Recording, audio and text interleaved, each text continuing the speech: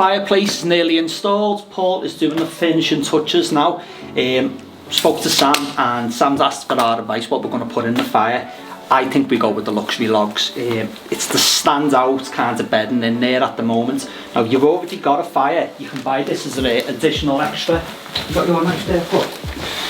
You buy this, you can buy these separate on the line on the extras on our website, or when you're purchasing your Bespoke Panoramic fire, you can purchase these with them.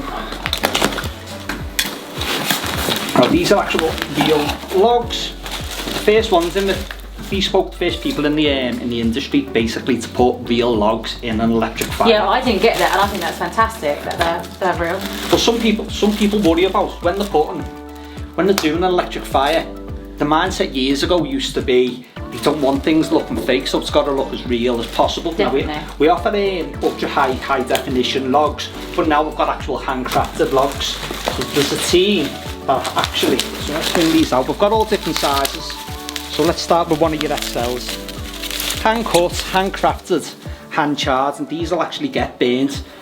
We'll go through out of there and do the setup. We'll do that with you. People worry that you're not going to get it the exact same as the showroom, but you can go on. Here's videos which we can put the link on to show you how to actually set them all up. So we do them, the way I prefer them is like kind of little mini campfires in there, which we do. Yep, which we'd start with our XL logs at the bottom, and then we'll be going down size, down to your larges, down to your mediums. The first thing you put in the bottom is your bark chippings. So these burning embers, over night time, especially in the winter, they look unreal.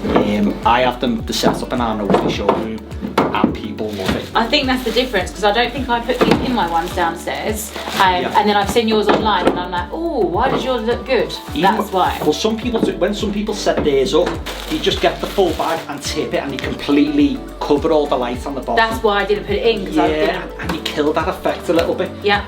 But when you have that little bit of light going through, and then you've got your orange light coming through, it sells it. Everything then with your bark chippings and stuff, you're not going to get any more realistic looking than actual real bark chippings. So when our man Paul's finished in a second, we'll get it all installed.